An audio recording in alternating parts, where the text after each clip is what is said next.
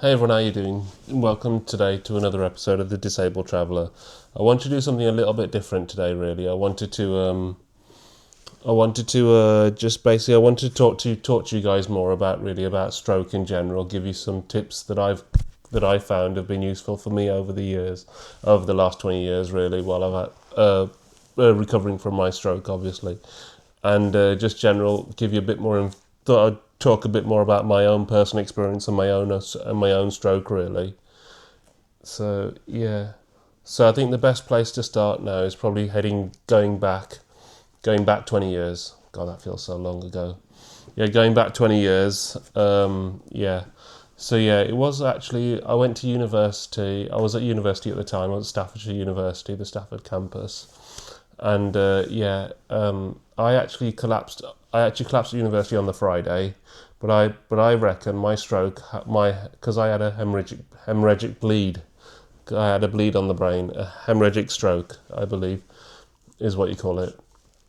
Yeah, because there's actually two types of stroke. You see, there's one that comes from a bleed on the brain, and there's one that comes from a clot on the brain. I'll try and keep this as simple as I can because that's the best way that I understand, really simply.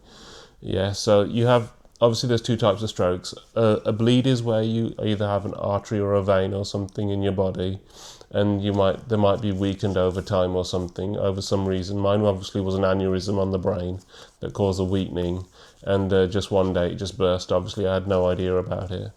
And the other stroke is then the clot stroke, which is just a clot stroke, which means there could be a clot in your body somewhere that travels up to your brain. Both types of stroke, obviously they cut off oxygen to the brain. So when the oxygen is cut off to the brain, obviously it damages the neurons and damages the cells on the brain, and then that's what happens. Yeah. So yeah,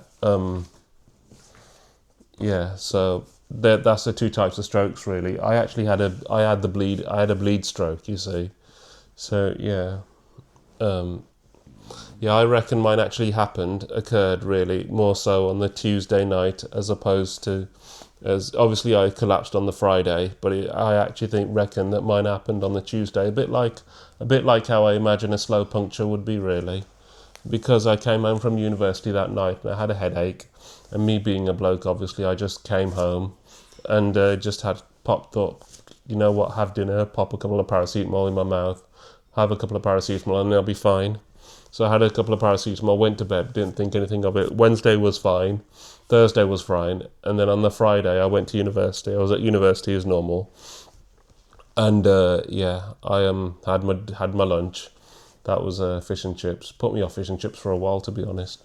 Not long though, but I did go off them for a little while. But yeah, so then I had fish and chips for lunch, and yeah, then it was actually until about the 3 p.m. onwards that I collapsed. Actually, I was in the labs at university, down in the concourse at Staffordshire University, and I literally just collapsed there.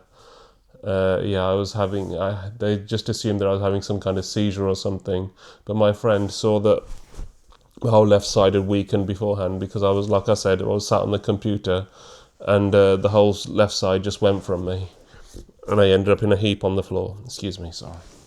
Ended up in a heap on the floor, and yeah, I was having a fit, obviously, having some sort of seizure or something that I didn't know what was going on. So the next thing I know, they called the ambulance, got me to Staffordshire Hospital as soon as possible, and yeah, and that's when we were told. That's when my mum and dad came up there as well, from Wolverhampton, and yeah, they came up there, and then they sort of found out what was going on. Had the scans and everything were done, and they'd actually induced me into a medically induced coma for 2 weeks, because then I don't really remember much from leaving university to then waking up 2 weeks later in the Queen Elizabeth Hospital in Birmingham.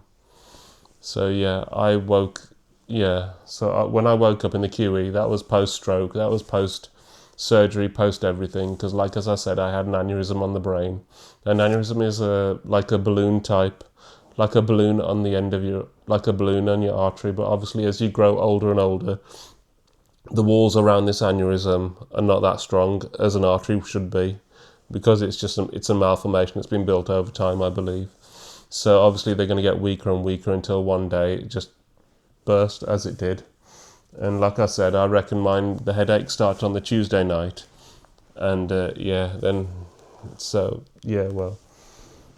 I actually so like I said, I woke up in hospital two weeks later, just under 2 weeks later, and didn't know what was going on. Obviously, I knew I wasn't well, but I had no idea how bad what had happened to me, because the last thing I remember obviously was just being at university and then going to hospital.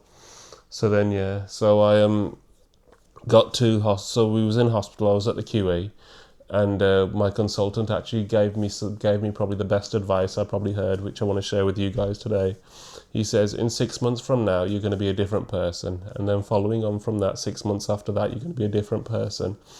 And it took a lot of rehabilitation, a lot of physiotherapy, and everything, which is still ongoing. Really, I mean, I don't think it's ever going to stop. Really, unfortunately. Yeah. So I actually am left with a weakened arm and a weakened leg, a weakened left leg. I wear a leg splint here, as you can probably might be able to see in the video. I've got a splint here because after my stroke, I suffered with a foot drop. Well, suffered with foot drop, and also with inversion of my ankle, which meant that my ankle turned inwards on itself.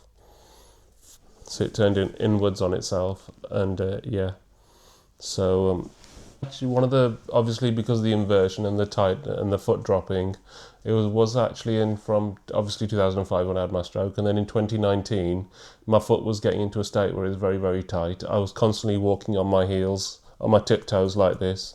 It was very, very painful. So I literally couldn't go anywhere, couldn't do anything, and So then as a result, they actually performed a tendon transfer surgery, the great people at Oswestry, the surgeons at Oswestry, because what they noticed was that the one side tendon is a lot stronger and a lot bigger, obviously, a lot stronger, but the other side is obviously weakened over time and obviously weakened because of the stroke. So they took the tendon out from the one side and put the tendon in and swapped it with the tendon from the other side to make the weaker side stronger, and then the strongest, you understand. And obviously then as a result, instead of walking like this, I started walking more so like this. Yeah. So that happened in 2019 Halloween, because it was Halloween day when I had the operation, and then obviously then in 2020 I was able to get around a bit more easier. It wasn't easy, but it took some physio for me to get back to walking like normal, walking as best as I could, really. Yeah, so it took some physio, and then I was fine. Obviously, the great people at West Park helped me with that. Well, one of the major things that affected me post stroke really was I struggled quite a bit with what I call neuro fatigue. I don't know if that's an official definition or what, but I promise I'll keep things simple in this video. Like I said, so neuro fatigue is where if I find that if I've done something a lot the previous day, I will be absolutely exhausted the following day. So I will literally just want to just probably stay in bed all day, because I just don't have the energy to do anything. Because obviously, as after a stroke, what you realise with a weakened side is any effort it takes to do anything, whether it's walking, going, or doing anything, it actually requires double the amount of effort from yourselves. So hence when it requires that much effort to do something, it does get very tiring. And as a result, you get tone increase because you're obviously putting more effort into doing things. And as a release, when the tone increase, then you end up with tonal problems like I did, where when I'm walking, my arm would start rising up like this all of a sudden. And so going on to another thing that actually to help with that was the doctors at West Park, obviously they gave me Botox in my arm. In my arm and leg. Now, what that did actually was it sort of gave me a respite from the tone for 6 months. So then everything was a lot looser, so I'm able to stretch it a lot more easier, walk around a lot more easier. But then that's, like I said, that's only 6 months. Sometimes maybe even after 3 months, it might start getting tighter again. But that's not really. It's only a short-term fix, really, I'm afraid. Yeah. So just got my notes here just to make sure I don't keep into flow and I don't start rambling on, really.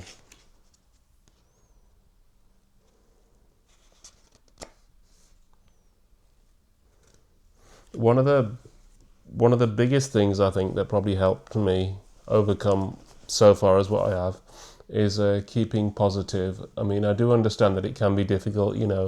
Obviously, if you've had a stroke or if you are faced with some sort of problem, it is very difficult to keep positive. I do understand that, but sometimes you just have to focus on the positive things. Just to help keep your mood, keep it keep you happy, really. And also, I was very lucky because I had a great family unit around me. That supported me and everything with it all.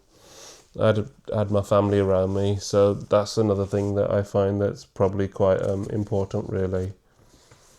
Before we close this video, I just want to just sort of take a moment just to say really that it is getting quite cold now, obviously, because we are in winter.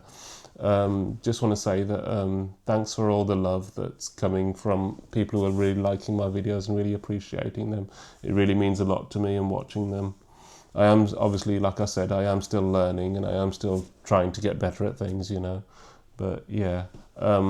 So as I said, it is getting colder right now. It is quite winter. So what I do say is, if you do have any elderly or disabled individuals around near where you live, then just pop by the door, just see if they're okay.